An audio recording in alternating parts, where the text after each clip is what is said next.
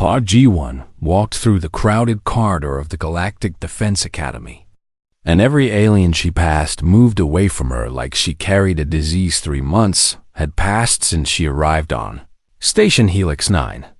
And nothing had changed. She was still the outsider, still the primitive, still the girl from the death world that nobody wanted to sit next to. The academy floated in the darkness of space, a massive structure that housed thousands of cadets from over 200 species, and among all of them, G1 was the only human. Earth had only joined the galactic community 18 months ago, and humans were still a mystery to most aliens. A species from a planet so violent and extreme that scientists had debated whether intelligent life could even survive there. They called Earth a death world. They called humans Deathworlders, and they treated G1 like she might attack them at any moment. She entered the dining hall and grabbed her tray, moving through the food line with practiced efficiency before finding her usual table in the corner, the one where nobody else ever sat as she ate. She watched the other cadets laugh and talk in groups, their voices mixing together in a dozen different languages that her translator implant converted into Korean. A group of Fanari cadets with their soft blue fur and large eyes whispered to each other while looking at her, and G1 pretended not to notice. She was used to it by now. The stares, the whispers, the way instructors spoke to her slowly like she might not understand basic concepts. She had graduated at the top of her class back on Earth, had been selected from thousands of applicants for this exchange program, had trained for years just to earn her place here, but none of that mattered to them. She was just a primitive from a savage world. Is this seat taken? G1 looked up to see a Keltari male standing over her, his forearms folded across his chest and his bioluminescent skin pulsing with soft purple light. He was tall, easily 2 meters, with an angular face and eyes that gleamed with cruel amusement. Behind him stood 6 other cadets, a mix of species that G1 recognized from her classes. The whole table is empty, G1 said calmly. So you can sit anywhere you want, the Kelthari smiled. But there was no warmth in it. I am Torvax of House Kalani, he announced like she should be impressed. And I have been watching you, human. That sounds boring for you. His smile flickered. You think you are funny, he said, leaning closer until his face was centimeters from hers. But you do not belong here, Deathworlder. And everyone knows it. G1 continued eating. The Academy made a mistake accepting your kind, Torvax continued, his voice dripping with contempt. And I intend to correct that mistake. Good luck with that. G1 replied without looking up. Torvax slammed his hand on the table, making her tray jump, and the dining hall went quiet as hundreds of eyes turned toward them. You will show me respect, he hissed. Everyone finally looked at him, her dark eyes meeting his glowing ones without fear. Respect is earned, she said simply, not demanded. For a moment, something dangerous flashed in Torvax's eyes, but then he straightened and laughed, the sound hollow and mocking. We will see how long that attitude lasts, he said before walking away, his group following like obedient shadows. The dining hall slowly returned to normal, conversations resuming as if nothing had happened. And G1 finished her meal in silence. She had dealt with bullies before. Back on Earth, back in Bizon, where she grew up, Torvax was no different from them. Just another privileged child who had never faced consequences for his cruelty. Over the following weeks, Torvax made her life difficult in small ways. He knocked her datapad from her hands in the corridor and called it an accident. He spilled drinks on her uniform during lunch and laughed. While his friends joined in, he spread rumors that humans were violent and unstable, that G1 had attacked someone back on Earth, that she was dangerous. G1 ignored all of it. She had a mission here, a purpose greater than her own pride. She was the first human at this academy, and everything she did would reflect on her entire species if she fought back. If she lost her temper even once, it would confirm everything they believed. About humans, she stayed quiet, she focused on her studies, she trained. Alone in the combat rooms after everyone else had left, and she waited for Torvax to get bored and move on, but he never did. His obsession was humiliating. Her only grew stronger with each failed attempt, and Jiwon could see the frustration building behind his eyes every time she refused to react. One evening, she was leaving the training room when she noticed someone following her. A small figure with pale green skin and large dark eyes. "Cadet Park," the figure called out in a nervous voice. "Please wait." Jiwon stopped and turned. The alien was Valori, a species known for their small stature and gentle nature.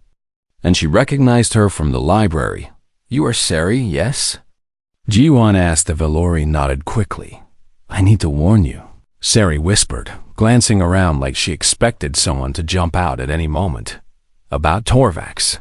What about him?" "He's planning something," Sari said, her voice trembling. "Something bad. And his family is very powerful, and they have destroyed cadets before. And I do not want you to get hurt." Jiwon studied the small alien for a moment. "Why do you care what happens to me?" Sari looked down at her feet. "Because you are the only person who has ever been kind to me here," she admitted quietly. "And because what they do to you is wrong, and someone should say something." Jiwon felt something warm in her chest. The first real connection she had made since arriving. "Thank you for the warning, Sari," she said gently. "But I can take care of myself." "You do not understand," Sari insisted, her large eyes filling with tears. "Torvax does not lose, and he does not stop. And he will keep coming until he breaks you." Jiwon knelt down so she was at eye level with the small alien. "Then he's going to be very disappointed," she said with a small smile. "Because I do not break." She stood and walked away, leaving Sari standing in the corridor with a mixture of fear and hope on her face. That night, in her small dormitory room, Jiwon stared at the ceiling and thought about home. She thought about her mother who had cried when she left, about her father who had hugged her and told her to make Korea proud, about her little brother who had begged her to bring back an alien toy. She thought about all the humans who would come after her, the ones whose futures depended on her success, and she made a decision no matter what Torvax did. She would not give him the satisfaction of seeing her break. She was Park Ji-won of Bizen, of Earth, of the death world that had forged humanity in fire and storm and struggle, as she would show them all what a death worlder could do. The Academy Library was quiet at this hour, its vast shelves stretching toward a ceiling that glowed with soft blue light. And Ji-won sat alone at a table near the back, her eyes fixed on the holographic display in front of her. She was studying xenobiology, learning about the hundreds of species that made up the galactic community. And she found it fascinating how different they all were from humans. The Kelthari, like Torvax, came from a low-gravity world with mild weather and no natural predators, which explained their tall frames and delicate builds. The Valori, like Sari, evolved on a planet of endless forests, where being small and quiet meant survival, and humans came from Earth, a world that the Galactic Database described as hostile to intelligent life in nearly every measurable way. High gravity that built dense bones and powerful muscles. Extreme weather that ranged from frozen wastelands to burning deserts. Predators that hunted in packs, and diseases that killed without warning. Ji-won smiled slightly as she read the description to aliens. Earth sounded like a nightmare, but to her, it was just home. "You are here late again." She looked up to see Sari approaching with a stack of data tablets in her thin arms. "I could say the same about you," Ji-won replied. Sari set the tablets down and sat across from her, her large eyes darting around nervously. "I work here," the Valori explained, "and the library is safe." And I like being somewhere safe. Jiwon understood without asking small. And gentle species like the Valori were often targets for bullies like Torvax. And the library was one of the few places where strict silence rules made harassment difficult. Have you thought more about what I told you? Sari asked in a whisper. About Torvax? Sari nodded. I think about it, Jiwon admitted. But thinking about it does not change anything. So I focus on what I can control. But he is dangerous, Sari insisted. And his family has connections everywhere, and they have made cadets disappear before. And I heard rumors that she stopped suddenly. Her eyes going wide with fear, Jiwon turned to see two of Torvax's followers entering the library. Their eyes scanning the room until they landed on Sari. Stay calm, Jiwon whispered. And let me handle this. But before she could move, the two aliens were already at their table, looming over the small Valori with cruel smiles. Sari, one of them said. A Drenix with scales that shifted colors as he spoke. Torvax would like a word with you. I am busy, Sari managed to say. Her voice barely audible. That was not a request. The other one, a Moradi with 6 eyes and mandibles that clicked when he talked, reached for Sari's arm. Jiwon's hand shot out and grabbed his wrist before he could touch her friend. The Moradi froze, shocked by the speed of her movement, and the Drenix took a step back with his scales turning pale. She said she is busy, Jiwon said calmly, her grip firm but not painful. So perhaps you should come back later. Release me. Deathworlder, the Moradi hissed. When you leave, for a long moment. Nobody moved. Then the Drenix pulled his companion back. And Jiwon released her grip. Torvax will hear about this. The Moradi warned as they retreated. I am counting on it, Jiwon replied when they were gone. Sari let out a shaky breath. You should not have done that, she said. Because now they will come after you even harder. Let them. You do not understand, Sari continued, her voice cracking. And they came to me yesterday when you were not around. And they made me tell them things. And I am so sorry, Jiwon, but I was scared. And they said they would hurt me if I did not cooperate. Jiwon felt her stomach tighten. What did you tell them? Tears spilled down Sari's pale green cheeks. Your schedule, she admitted. And the shortcut you take through the maintenance tunnels after evening training. And they have been planning something. And I tried to warn you, but I should have told you sooner. I am so sorry. Jiwon reached across the table and took Sari's small hand in hers. It is okay, she said gently. Because you were scared, and fear makes us do things we regret. And I do not blame you, but they are going to hurt you. They are going to try. Sari looked at her with confusion. How can you be so calm? Jiwon thought about her answer carefully. She thought about her father, who had trained her in Taekwondo since she was 5 years old, pushing her to be faster and stronger and smarter than everyone around her. Thought about her mother, who had taught her that true strength was not about fighting but about knowing when to fight and when to walk away. She thought about Earth, where every living thing learned to survive or died trying. On my world, Jiwon finally said, we have a saying that goes something like this. The nail that sticks up gets hammered down. Sari tilted her head in confusion. I do not understand. It means that standing out makes you a target, Jiwon explained. But my father taught me a different version. One that goes, the nail that sticks up and refuses to go down eventually becomes the pillar that holds everything together. That sounds painful, Jiwon smiled.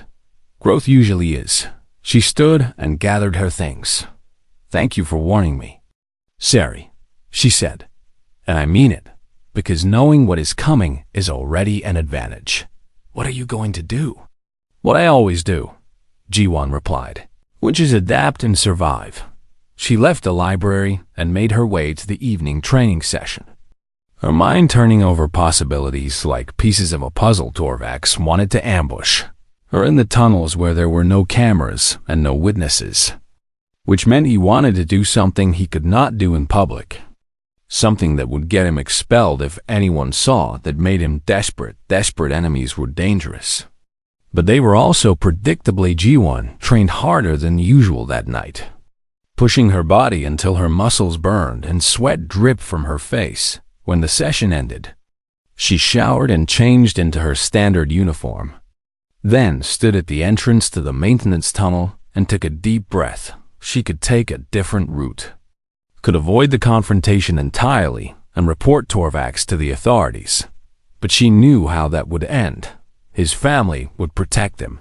Her report would be dismissed, and he would come after her again when she least expected it. Better to face it now on her terms. When she was ready, she stepped into the tunnel.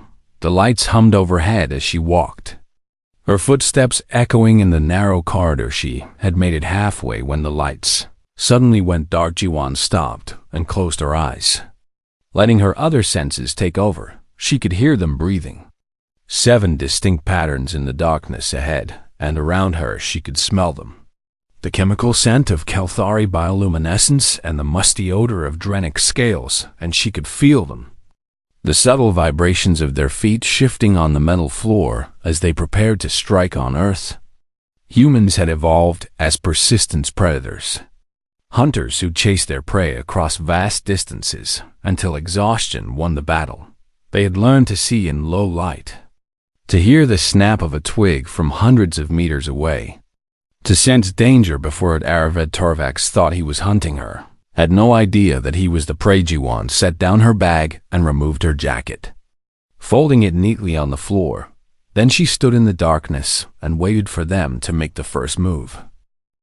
The darkness pressed against Jiwan like a living thing, thick and heavy and full of danger. She could hear Torvax moving somewhere ahead of her, his bioluminescent skin deliberately dimmed to hide his position. But his breathing gave him away. He was excited. He thought he had won. The faint glow of a shock stick activated to her left, its blue light cutting through the shadows. And Jiwan turned her head slightly to track the movement. Another glow appeared on her right, then another behind her. They were surrounding her. 7 predators closing in on what they believed was helpless prey. "Did you really think you could ignore me forever, human?" Torvax's voice echoed through the tunnel, confident and cruel. "I gave you every chance to know your place," he continued, "but you are too stupid to understand. So now I will teach you a lesson you will never forget." Jiwan said nothing. She simply waited. Nothing to say? Torvax laughed, and his followers joined in, their voices bouncing off the metal walls. "The mighty Deathworlder is finally scared?" Jiwan still did not respond. Instead, she focused on her breathing, slowing her heart rate the way her father had taught her, letting her body settle into the calm before the storm. "Grab her," Torvax ordered.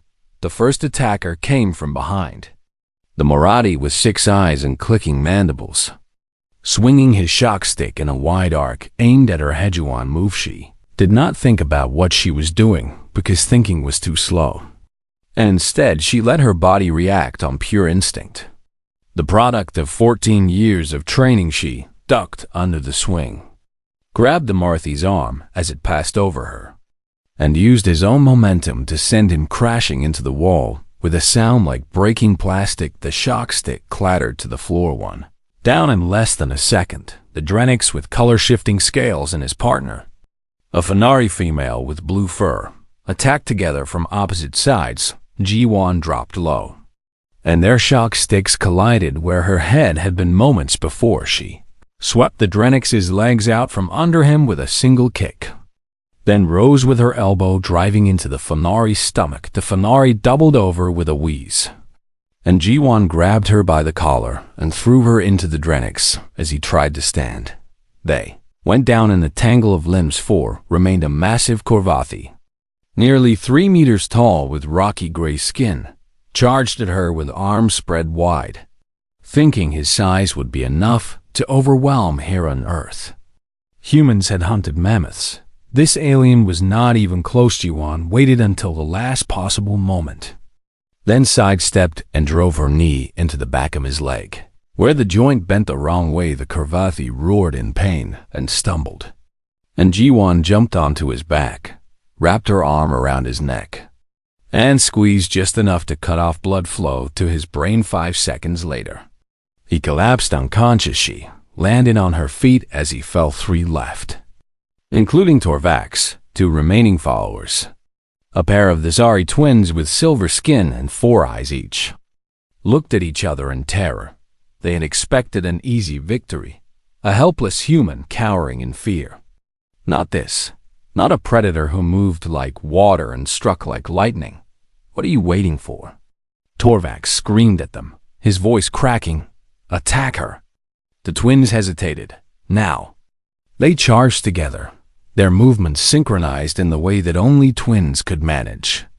And for a moment it seemed like they might actually pose a challenge. But Jiwan had sparred against multiple opponents since she was 12 years old. She caught the first twin's wrist, twisted until he dropped his shock stick, then pulled him into his brother's path. They collided hard, and before they could recover, Jiwan delivered 2 precise strikes to the nerve clusters in their necks. They dropped like puppets with cut strings. 11 seconds had passed since the first attack. Only Torvax remained. His bioluminescent skin was glowing bright now, fear overriding his control, and his forearms trembled as he held his shock stick in front of him like a shield. Stay back, he shouted, his voice nothing like the confident bully from the dining hall. My family will destroy you for this. Jiwan walked toward him slowly.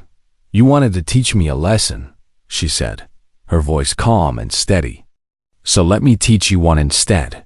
Torvax swung wildly with the shock stick, and Jiwan caught his arm with one hand. She could feel the electricity buzzing against her palm, harmless through the insulated gloves she always wore during training. And she twisted until Torvax cried out and dropped the weapon. Lesson 1, she said, pulling him close so he could see her eyes in the dim light. Never underestimate your enemy. She released one arm and grabbed another, forcing him to his knees. Lesson 2. Numbers do not matter if your people do not know how to fight. Torvax whimpered as she applied pressure to his joints, pain shooting through his elegant frame. And Lesson 3, Jiwan said, leaning down until her face was centimeters from his, is the most important one, so listen carefully. She paused, making sure he was paying attention. I could kill you right now, she whispered, and there is nothing you could do to stop me. Torvax's eyes went wide with pure terror. But I am not going to do that, Jiwan continued, because where I come from, we do not destroy our enemies when they are beaten, and we show mercy. And we give second chances. She released him suddenly, and he collapsed onto the floor, gasping for breath. This is your second chance, Jiwan said, standing over him, so use it wisely. The emergency lights flickered on, bathing the tunnel in red light, and Jiwan could see the full extent of what she had done. 7 cadets lay scattered across the floor, groaning and moaning in pain. But alive, all alive, she had pulled every punch, controlled every throw, held back the full force that her Deathworld body was capable of delivering on Earth. A human at full strength could break bones with a single strike, could crush a windpipe with one hand, could kill with the same ease that they showed mercy. Torvax had no idea how close he had come to death, and he never would. Jiwan picked up her bag and put on her jacket, straightening her uniform as if nothing had happened. Remember this moment, she said to Torvax as she stepped over his trembling body. And remember that I chose to let you live. She walked away without looking back, leaving 7 broken bullies in her wake.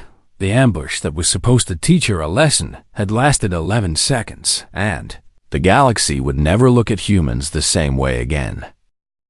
1 week after the incident, Jiwan walked across the academy campus in the early morning light, and everything had changed. Cadets who had avoided her now nodded in greeting as she passed.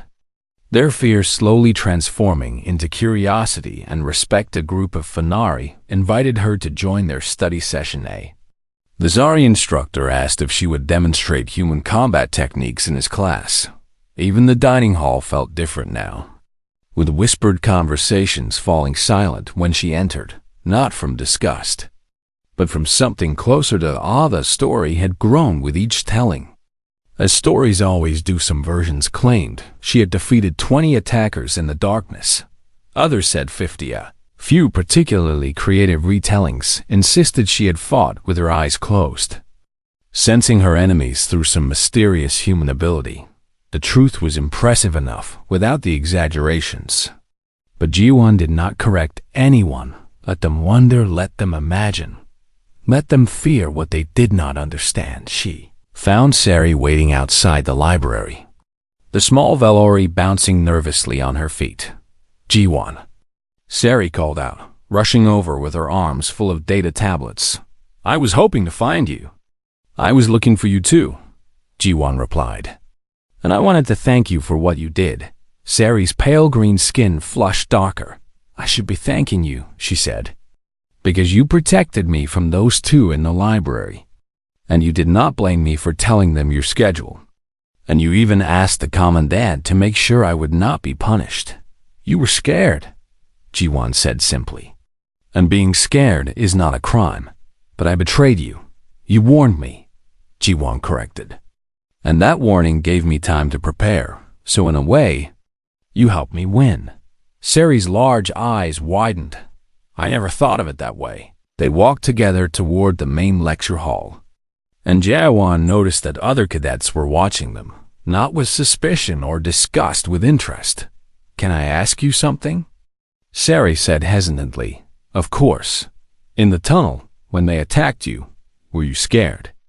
Ji-won thought about the question carefully. No, she admitted. Because fear is useful when it makes you careful, but it is dangerous when it makes you freeze. So I learned a long time ago how to turn my fear into something else. Into what? Focus. They entered the lecture hall and found seats near the front. And Ji-won noticed that several cadets had chosen to sit near them instead of far away. Professor Kellex, an elderly Kelthori with faded bioluminescent skin and kind eyes, stood at the podium and called the class to order. Today, we will be discussing interspecies relations, he announced, his voice warm and scholarly, and specifically the challenges of integrating new species into the galactic community. He looked directly at Ji-won Cadet Park. Would you be willing to share your perspective as a human? Every eye in the room turned toward here a week ago. This attention would have been hostile today. It was simply curious. Ji-won stood and made her way to the front of the hall, her boots clicking against the polished floor. Thank you, Professor, she said, turning to face the class. And I suppose you want me to talk about Earth. Nervous laughter rippled through the room. Most of you know Earth as a death world, Ji-won continued, a planet of extreme gravity, violent weather, deadly predators, and constant danger. And everything you have heard is true. She paused. On Earth, we have storms that can destroy entire cities in hours, and earthquakes that reshape the land without warning, and animals that hunt in packs with teeth and claws designed to tear flesh from bone. The cadets listened in fascinated silence. We have diseases that kill millions and droughts that starve whole populations and winters so cold that water turns to stone. Ji-won went on, and yet we survived, and we did not just survive. We thrived. She walked slowly across the front of the room, making eye contact with individual cadets. Do you know how we did it? Nobody answered. We cooperated, Ji-won said. Because alone, a human is weak, but together, humans can accomplish anything. She stopped in the center of the room. We built shelters to protect each other from the storms, and we developed medicine to fight the diseases. And we learned to share our food so that nobody had to starve alone. And when predators came, we stood together and drove them away. Her voice grew stronger. On a death world, you have two choices. You can become a monster, or you can become something better. And humans chose to become something better. She thought about the tunnel, about 7 broken bullies lying on the floor, about the mercy she had shown when destruction would have been so easy. We could have become cruel, she said, because our world taught us how to kill. And it would have been simple to use that knowledge against each other, to let the strong destroy the weak, to become the monsters that our planet tried to make us. She shook her head, but we refused. The room was utterly silent now. Instead, we learned to protect the weak, Ji-won continued. And we learned to show mercy to our enemies. And we learned that true strength is not about destruction, but about creation. She looked at the faces around her, aliens from dozens of species, all of them watching her with something new in their eyes. We come from a death world, she said, repeating the words she had been thinking about all week. But we choose to bring life. The silence stretched for a long moment. Then someone started clapping, a HFY cadet near the back. And others joined in until the whole room was applauding. Ji-won felt heat rise to her cheeks as she returned to her seat. And Sari was beaming at her with pure joy. That was amazing, the Valori whispered after class. Cadets approached Ji-won with questions about Earth, about humans, about her training and her family and her home. She answered as best she could, telling them about Bazan and her father and the ocean she grew up beside, telling them about taekwondo and discipline and the philosophy that guided her. Life word continued to spread across the academy and beyond. Stories of the human cadet who defeated 7 attackers in 11 seconds and then showed them mercy. Stories of a species that came from hell but chose to be heavenly. And in her small dormitory room that night, Ji-won called her family on Earth. Her mother cried happy tears. Her father smiled with quiet pride. Her little brother demanded to know if she had really fought space monsters. Something like that. Ji-won laughed when the call ended. She sat by the window and looked out at the stars. Somewhere out there was Earth, a tiny blue dot in an ocean of darkness. The death world that had forged humanity into something extraordinary. And here she was, light years away, carrying the hopes of her entire species on her shoulders. It was a heavy burden, but Park Ji-won was a death worlder, and death worlders were built to carry heavy things. She smiled as she watched the stars spin slowly past her window, thinking about all the humans who would come after her. All the futures she was helping to build. The galaxy was beginning to understand what humanity was not. Monsters, not primitives, not savages from a death world, but protectors, survivors, people who chose mercy over destruction and hope over despair. And this was only the first chapter. The story of humanity among the stars had just begun, and Ji-won would make sure it was a story worth telling. The news spread through the academy like fire through dry grass. 7 cadets found in maintenance tunnel 7C, all of them injured, all of them defeated by a single human female who had walked away without a scratch by the time Ji-won woke up the next morning. Half the station was talking about what happened. She ate breakfast alone as usual, ignoring the stares that followed her everywhere. But today those stares were different. Yesterday they had looked at her with suspicion and disgust. Today they looked at her with fear and something else, something that might have been respect. Her communicator buzzed with a summons to the commandant's office, and Ji-won finished her meal calmly before making her way across campus. The administrative building was the oldest part of the station, built centuries ago when the academy first opened, and the walls were covered with portraits of famous graduates who had gone on to become admirals and ambassadors and heroes. Ji-won wondered if her picture would ever hang there, or if she would be expelled before the day was over. The commandant's office was at the top of the building, a circular room with windows that looked out at the stars. Commandant Vorn sat behind a massive desk carved from the wood of some alien tree, his ancient body hunched and wrinkled, but his eyes sharp and bright. He was the Sari, one of the oldest species in the galaxy, and he had led this academy for over 200 years. "Cadet Park," he said in a voice like grinding stones. "Please sit." Jiwan sat. "Do you know why you are here?" "I have a guess." Vorn studied her for a long moment, his 4 silver eyes unblinking. "The Kalani family has demanded your immediate expulsion," he said. "And they claim you attacked their son and 6 other cadets without provocation. And they want you arrested and sent back to Earth in chains." Jiwan kept her face neutral. "That is one version of events," she replied. "And what is your version?" Jiwan kept her Earth in chains. Jiwan kept her face neutral. "That is one version of events," she replied. "And what is your version?" "They ambushed me in a tunnel where they had disabled the cameras," Jiwan said. "And they came at me with shock sticks, which are illegal on campus. And I defended myself with the minimum force necessary to stop the threat." Vorn's eyes narrowed. "Minimum force," he repeated, "is an interesting choice of words. It is the truth." Before Vorm could respond, the door opened and a Fanari in a white medical coat entered, carrying a data tablet. "Ah, Dr. Yenix," Vorn said. "Perfect timing. So please, share your findings with Cadet Park."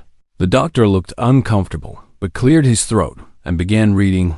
"All 7 cadets sustained injuries consistent with hand-to-hand combat," he reported, "including bruised muscles, minor fractures, and temporary nerve damage.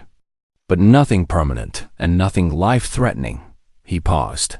"In my professional opinion, the injuries show remarkable restraint," he continued, "because a trained fighter with the physical capabilities of a human could have caused much more severe damage. And the fact that all 7 victims will make full recoveries suggests that their attacker deliberately held back." Jiwan said nothing. "Furthermore," the doctor added, "we recovered 4 shock sticks from the scene. All illegal models capable of causing cardiac arrest in most species. And all 4 were set to maximum power." Vorn nodded slowly. "Thank you, Doctor, and you may go." When they were alone again, Vorn leaned back in his chair and studied Jiwan with something that might have been curiosity. "The evidence supports your account," he said, "and multiple witnesses have come forward in the past hour. Cadets who saw Torvax harassing you over the past weeks. Cadets who heard him bragging about what he planned to do to you." He paused. "Even young Sari from the library came forward, despite her fear, and she told us everything." Jiwan felt a wave of relief wash over her. "So what happens now?" she asked. "Torvax and his accomplices will be expelled," Vorn replied. "And their families will be informed that any attempt to retaliate against you will result in formal sanctions from the Galactic Council." "And me?" Vorn was quiet for a long moment. "You intrigue me, Cadet Park," he finally said. "Because when I first heard about this incident, I assumed it was exactly what the Kalani family claimed. Another violent outburst from a primitive species that does not belong among civilized peoples." He leaned forward, "But then I read the medical reports, and I watched the security footage from outside the tunnel. And I spoke with the witnesses, and do you know what I realized?" Jiwan shook her head. "I realized that you had every opportunity to kill those 7 cadets," Vorn said softly, "and nobody would have blamed you. Because it was self-defense, because they attacked first. Because you were alone and outnumbered, and they had weapons." His eyes met hers. "But you did not kill them," he continued. "And you did not even hurt them badly, and that requires more than strength. Cadet Park, because that requires control, and discipline, and mercy." Jiwan thought about her father, about all the lessons he had taught her, about the way he always said that the strongest warriors were the ones who knew when not to fight on Earth. She said quietly, "We believe that true strength is not about how much damage you can cause, but about how much damage you choose not to cause." Vorn nodded slowly. Your species is very young, he said, and many in the galaxy think you are too primitive, too violent, too dangerous to be trusted. But I am beginning to think they may be wrong. He stood, and despite his age and hunched posture, there was something powerful about him. You are not being punished. Cadet Park, he declared, and in fact, I am recommending you for the Advanced Combat Program, because the Academy needs cadets who can fight like you, and more importantly, cadets who can choose not to fight when fighting is not necessary. G1 stood as well. Thank you. Commandant, do not thank me yet, Vorn replied with what might have been a smile, because the advanced program is brutal, and many cadets wash out before the first month is over. I will not wash out. No, Vorn agreed, studying her with those ancient silver eyes. I do not believe you will. G1 turned to leave, but stopped at the door. Commandant, she said, what will happen to Sari? The Valori girl? She was threatened into helping them, G1 explained. And she tried to warn me, and she came forward despite her fear. So she should not be punished for being scared. Vorn's expression softened slightly. She will not be punished, he promised. And I will personally ensure that she is protected from any retaliation. Thank you. G1 left the office and walked into a corridor full of cadets who immediately went silent. They parted before her like water, pressing against the walls to give her room. And their eyes followed her as she passed. She walked with her head held high, letting them look, letting them wonder. The primitive human, the Deathworlder, the girl who had beaten 7 cadets in 11 seconds. Let them fear her. Let them respect her. Let them understand that humanity was not what they thought it was, and this was only the beginning.